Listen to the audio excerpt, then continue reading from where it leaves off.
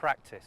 Most people completely waste their time on the range because they don't understand there should be two distinct forms of practice.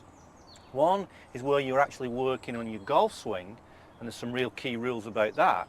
The other is the second kind of practice, which is the kind of practice that almost nobody does, where you actually simulate game conditions. You simulate game conditions by putting an element of consequence there, an element of pressure, and being able to record your results. I'm going to show you a few ideas of how to get the absolute best out of your time on the range.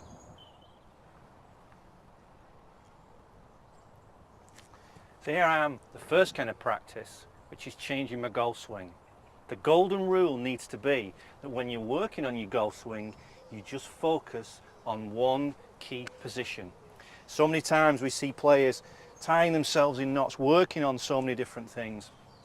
The bottom line is this: the golf swing has to change in the brain first, and when you focus on that one aspect, you're going to make that change.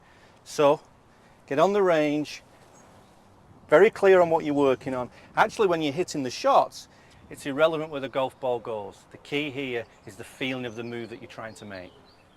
It's very important to understand the second kind of practice.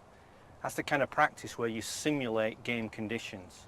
Golf is a unique sport in so much that every shot that you hit on the golf course has a consequence. It goes on the card. And your practice needs to replicate that. Otherwise, you're just mindlessly hitting golf balls. I've got a couple of ideas that have worked well over the past 10 years or so with some of the best players in the world to get the very best out of your practice time.